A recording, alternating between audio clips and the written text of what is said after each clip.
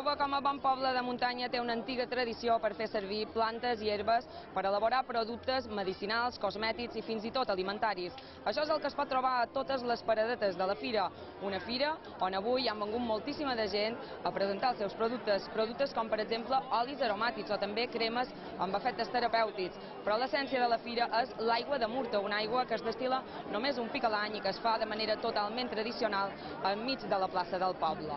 Aquesta fira fa 16 anys que se celebra i a part de la tradició herbolària també s'hi han anat incorporant elements culturals com per exemple el ball dels estols de les herbes, un ball que interpreten unes danses que interpreten els personatges de les rondalles mallorquines i que és l'acte que congrega més gent.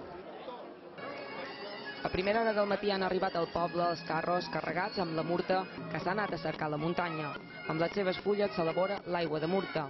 Amb un antic alambí es fa bullir l'aigua amb l'essència de les fulles de murta i s'aconsegueix una aigua purificada molt aromatitzada. Molta gent, tot i la intensa calor, han seguit el procés d'elaboració, un dels actes centrals de la fira. Després l'han seguit els actes culturals. El ball de l'estol de les herbes han omplert un any més la plaça del poble de personatges històrics, els personatges de les rondalles mallorquines. A les paradetes, tot tipus de productes elaborats amb herbes. Tots són ajudes per millorar la salut de les persones en tots els aspectes, no? També productes alimentaris on la matèria primera prové de la planta de muntanya per excel·lència, l'olivera.